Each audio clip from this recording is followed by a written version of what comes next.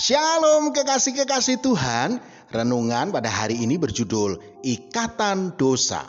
Sebelum kita mendengarkan renungan pada saat ini, marilah kita sama-sama mengawalinya dengan berdoa.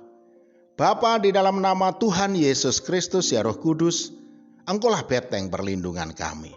Firman-Mu itu terang bagi jalan-jalan kami. Untuk itu kami sambut berkat firman-Mu di dalam nama Tuhan Yesus Kristus.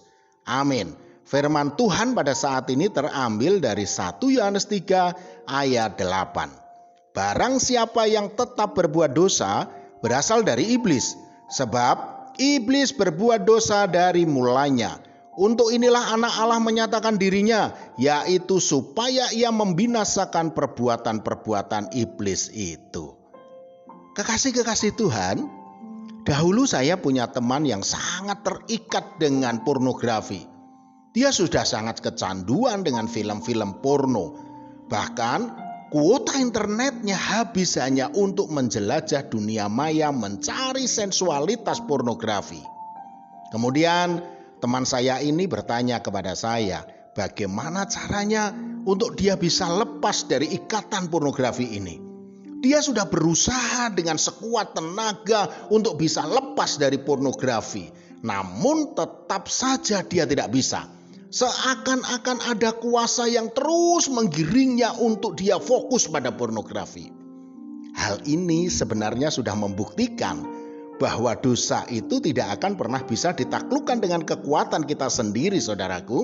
Sekeras apapun kita berusaha, kita tidak akan bisa menang melawan dosa. Hal inilah yang menyebabkan seseorang itu bisa jatuh bangun di dalam dosa yang sama. Bahkan orang sekelas Rasul Paulus pun mengakui bahwa dia juga punya kecenderungan untuk berbuat dosa.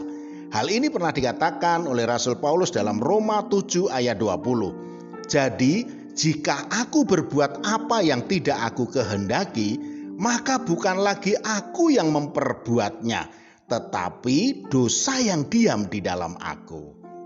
Kemudian saya katakan kepada teman saya ini bahwa langkah pertama yang harus dia lakukan supaya dia lepas dari pornografi mau tidak mau adalah datang kepada Tuhan Yesus Kristus. Mohon ampun dan bertobat kepadanya. Kemudian yang kedua, isi pikirannya dengan firman Tuhan dan hidup dalam kebenaran firman-Nya itu. Ini sangat penting, saudaraku. Sebab apa? Sebab faktor utama teman saya ini tidak bisa lepas dari dosanya karena di otaknya hanya ada hal-hal yang berkaitan dengan pornografi, sehingga membuatnya untuk terus mengulang-ulang dan mengulang-ulang lagi. Beda lagi kalau yang di pikirannya itu adalah firman Tuhan. Dia pasti akan takut Tuhan dan takut akan dosa. Saudaraku, sepertinya sepele ya, hanya membaca dan merenungkan firman Tuhan. Namun pada kenyataannya sangat berat dan sulit untuk dilakukan, sehingga perlu membuat komitmen khusus untuk bisa mendisiplin diri, membaca, merenungkan, dan melakukan kebenaran firman Tuhan. Lalu yang ketiga saya katakan kepada teman saya ini, dia harus melibatkan Tuhan Yesus dan tunduk pada kuasanya. Teman saya sudah membuktikan bahwa dengan usahanya dan kekuatan dia tidak bisa mampu melepaskan diri dari ikatan dosa. Maka dengan melibatkan Tuhan Yesus Sang Empunya kuasa segala kuasa, maka dialah Tuhan Yesus itulah sendiri yang akan memampukan kita lepas dari keterikatan dosa dan memampukan kita melawan kuasa kegelapan.